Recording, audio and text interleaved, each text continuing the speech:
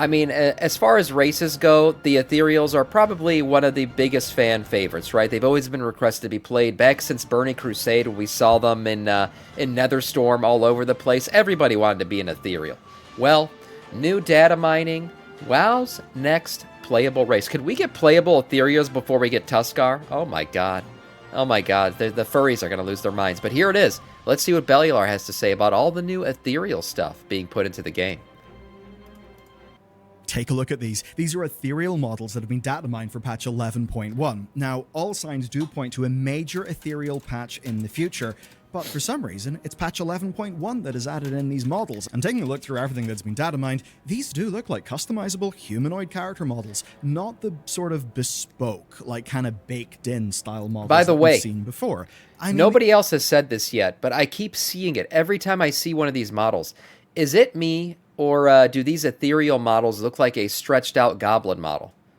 I don't know what it is. Like their stance is kind of reversed. Always use another Death Knight. What is that? Conicia gifted a sub to Zeus. Zeus, you weren't even subbed and you had gifted 20 subs to the stream today. Thank you so much, man. And thank you, Conicia, for gifting a sub to Zeus, the gifter of subs. Thank you, thank you. I appreciate that. Death Knights of our Scourge. Look at the placement of the arms and the hands. For some reason, I feel like this model is just a stretched out goblin model. Now, I could be like overthinking this, but there's something about the way they hold their hands out to their sides that reminds me of the goblin model in WoW, which would mean and give even more credence to the fact that this might be a playable race. Because we all know the thing that makes a race playable in WoW in general is that it's easy to put gear on, right? And if all they did was take the goblin model and stretch it out a little bit to create this, then it's probably going to be a playable race. Sam has his hands in another place. They look like the Nightborn. Also could be a play on the Nightborn model, but for some reason the way they're holding out their hands just reminds me of the Goblin model. But anyways, I'll let this continue. these do appear to be ready for slotted gear. There are lots of Certainly different than the typical ethereal model. This is a completely different stance, a different look as well. I mean, obviously with the way the clouds look inside. So they made changes here. Is all this work for nothing? I highly doubt it. variants wearing different types of gear. People are not wrong to suspect a new race when they look at these. But of course, it's more than just these models. A colossal ethereal storyline is about to unfold. You see, That's the right. Ethereals have watched us since Legion. They slipped that shadow scrolled coin into our adventure journal in the Dragonflight expansion. We've seen them very recently. They're going to be back in 11.1 because of this data mining. Also, in 11.1.5, we know who they serve, but first, there's a bit of a mystery. Ky'veza. What was she doing? Well, I know that she's a key Oh, user the raid of boss? today's sponsor. You can use Oh, to save wow. money, be more secure, and access more content. There it use is. them What for a just that, segue. and at nordvpn.com/bellular warcraft, you'll get 4 months free on a 2-year plan back. I use for the NordVPN. There you go. And 30-day use code guarantee. Bellular Now, Warcraft. listen, Okay. what VPN does What I is want to it say browse the is, web I hope we go to anywhere in the Koresh. world. I hope we go to the home world of the Ethereals at some point here, and actually get to see what it looked like before Demancius showed up and destroyed it. And maybe, if we do go back before it was destroyed, we would technically get to see what the Ethereals looked like before they were destroyed, and joined and became their ethereal form. I don't know if we'll actually go back and do that in some kind of time event, but to me, it would be a good way to go back and see, like, what happened in the final moments of this planet, because we are approaching that same thing on our planet. In general, the ethereal storyline for sure is going to continue to get more and more important here as we head into midnight. Stops your ISP from snooping, for prioritizing certain types of traffic you use over other types of traffic, and you get access to their fantastic threat protection services, along with new features like MeshNet, and you can even bundle in some of their other amazing tools like NordPass to manage your passwords. And best of all, you get 4 months free with a 2-year plan at nordvpn.com/bellular warcraft. So big thanks There to it them is. for their years of support in the channel, and let's go. This is Ky'veza, a Nexus princess who we find in the depths of Nerubar, and she's not just some random raid boss. She's a leading member of one of the ethereal cartels, but as of right now, we don't actually know which one. And that's where the whole mystery begins. So let me break the story down.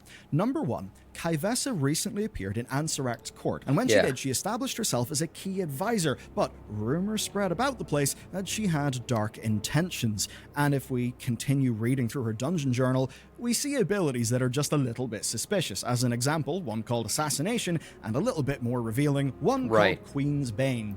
Queen's Bane is described as a poison fit for royalty. Which, yeah, she was definitely an assassin placed there. I mean, we don't even end up killing her in the fight.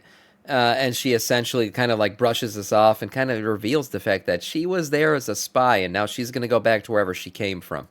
You just take a look at Ansarak. And as if that wasn't clear enough, the dagger she drops is called Regicide. Regicide as in killing a regent, so a queen. Oh, I didn't even catch that one. Obviously Ansarak. And during our fight, she talks to somebody off screen saying this. I infiltrated the Queen's court, Master. She suspects nothing. Yeah. Because of the mystery, pretty obvious. She's obviously alive and what we're about to dive into, I think it's very safe to say we're going to see this character again.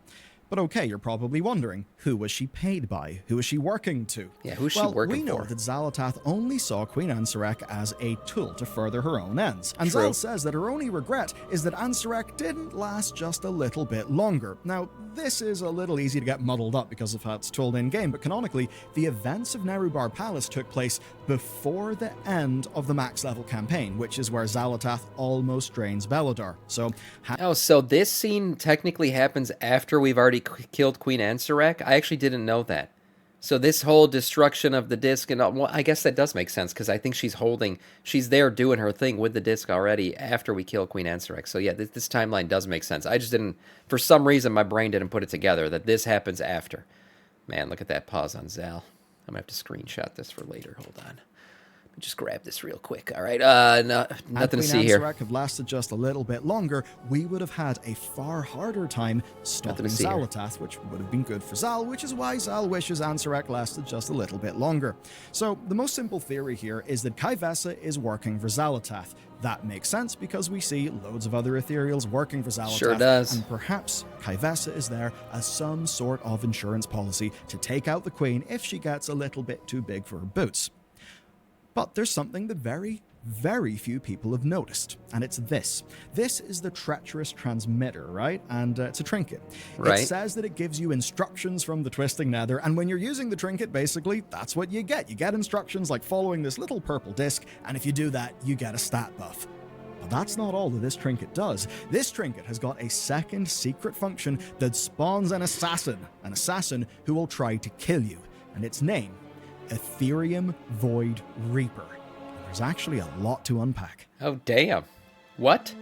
The name Ethereum will be familiar to those who have played since the Burning Crusade because we met them in the Burning Crusade. They were hell-bent on getting revenge against Dimensius, Xal'atath's old and perhaps current boss who basically destroyed their homeworld.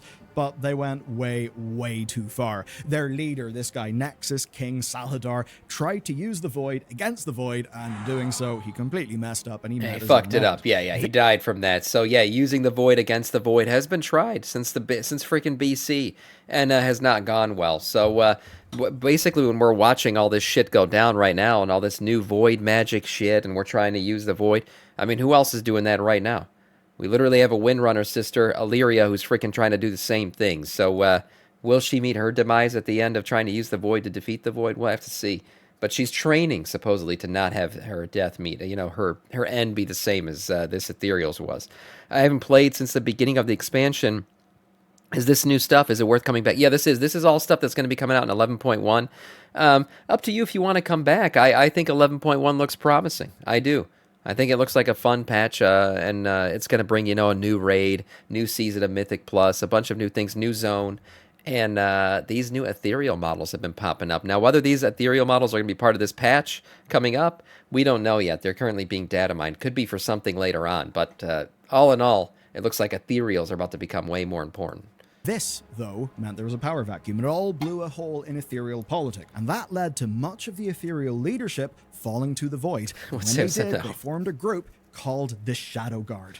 And we have met the Shadow Guard recently. They are the very Ethereals who have been working with Xal'atath, and we actually met them years ago on Argus, just as we were gearing up to raid Antorus. And of course, there they were, the Shadow Guard, who, at least right now, work for Xal'atath.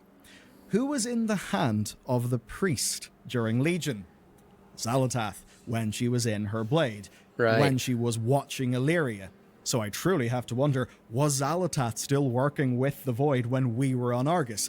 If that is the case, then Xal'atath literally assisted Illyria in absorbing a Void Naru. Yeah, the one character and that who's- makes sense. I mean, Xal'atath's has known every step of Illyria's along the way. Besides that little arrow moment where she kind of surprised her and hit the Dark Heart with her shot. Other than that, I mean, literally Xal'atath has been watching Illyria this entire time, and when she absorbed the Void and all these things have happened, she literally dropped a line. She was like, "The caterpillar has become the butterfly."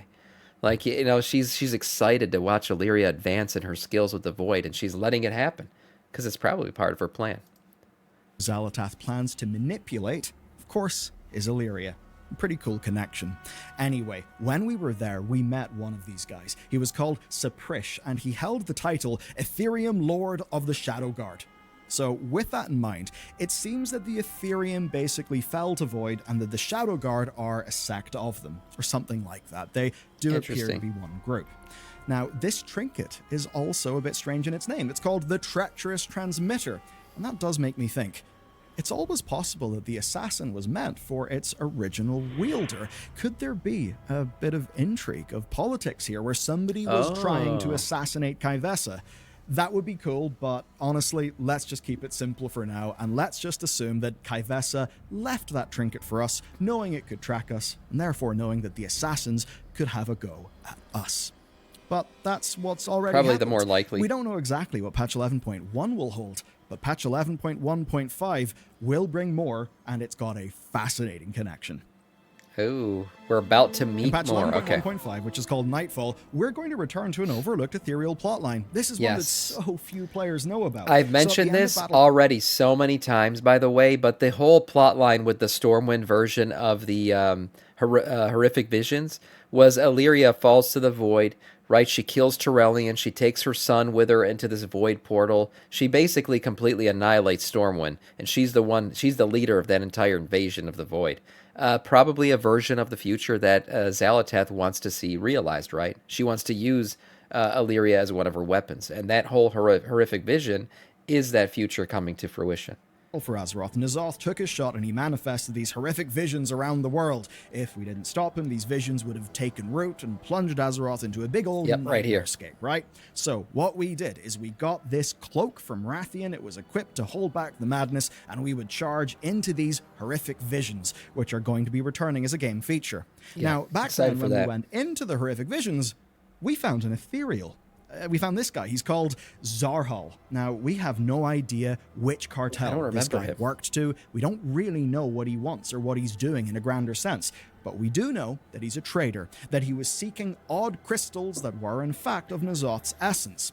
And he tells us this, quote, "We too seek to extract power from the mind of N'Zoth." And then when we hand the crystals in, he says that they would, quote, "serve our purposes nicely." Ours. Interesting. So he's clearly working with someone, we just don't know who. And here's why this is all rather curious. I've got to start by playing you a voice line. Fall of night reveals her true face. I played that line to make a point. Chris Metzen at the stage of BlizzCon said that Midnight is the ultimate clash between light and void. Right. This patch is going to be called Nightfall. That line says the fall of night. You can see quite Oh, obviously. so I mean, what happens before midnight, right? Nightfall, right? The night comes, it's nightfall, and then midnight hits. Okay, yeah. So in terms of like just the typical, the sun and moon going up and down. Okay, yeah, this makes How sense Blizzard are too. tying all of these things together. And her true face, well, I think that means seeing either what Xal'atath truly is, not just the body that she's hosting, or perhaps a little more realistically, us finally understanding what Xal'atath's grander design and plan is. Whatever they are, though, we know that the immediate upshot is a gameplay feature called Horrific Visions Revisited, where, yes, we'll be going back, we'll be doing Horrific Visions, and the last time we did those, we saw Ethereals extracting power from N'Zoth. And Interesting. extracting power from void-related things is exactly what Xal'atath has been up to all of this time. There was Galakron's essence in Dragonflight. There was the arcane stores of Dalaran at the start of this expansion. There's Right. all the Black Blood stuff. And most recently, her trying to consume the void of Beledar into the Darkheart.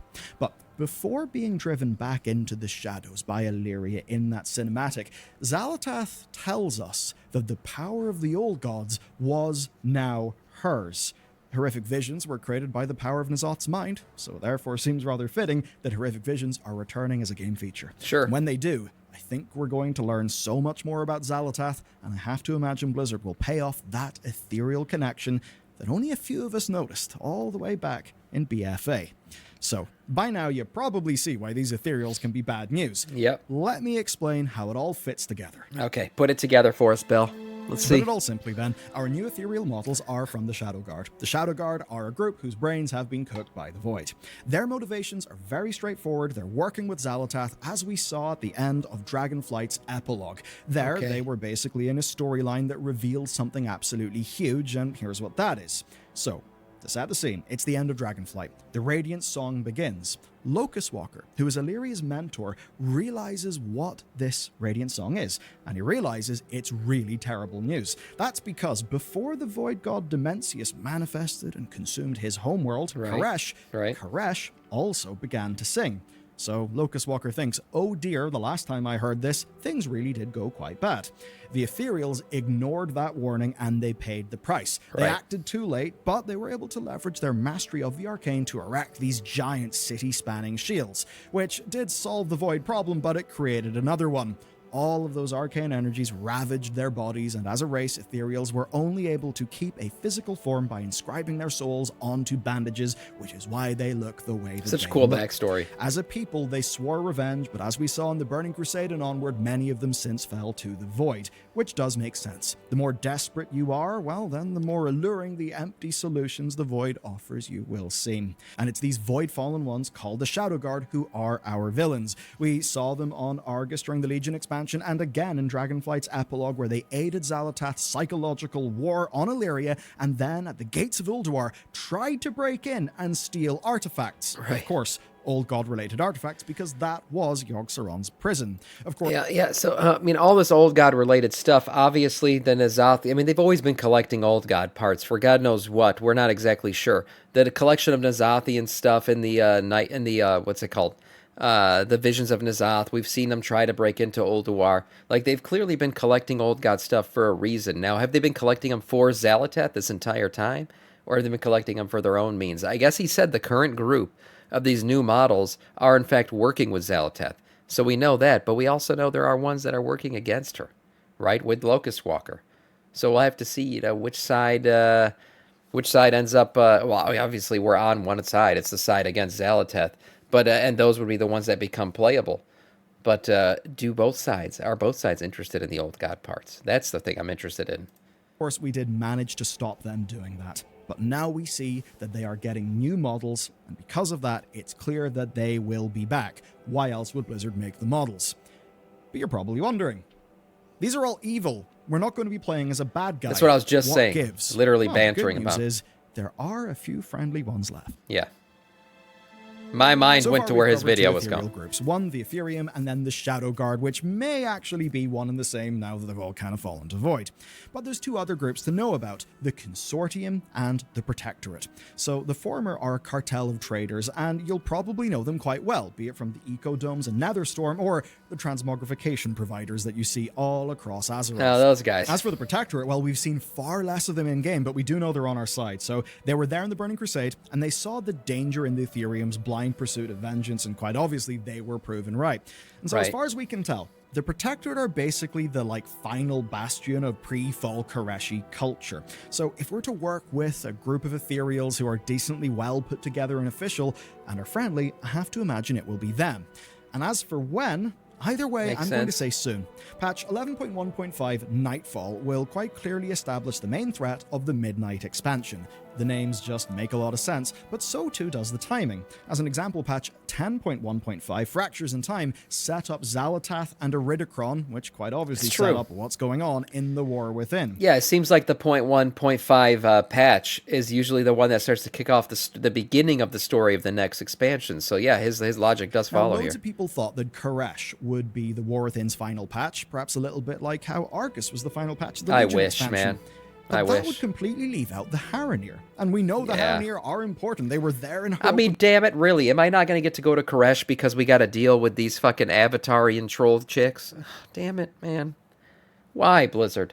I want to go to Koresh. I want to see these big arcane bubbles. I want to go to this desert-esque planet with all these cool structures, this race that is so well versed in arcane magic that they were literally able to bandage their freaking forms together after they had been completely destroyed by the void. Come on.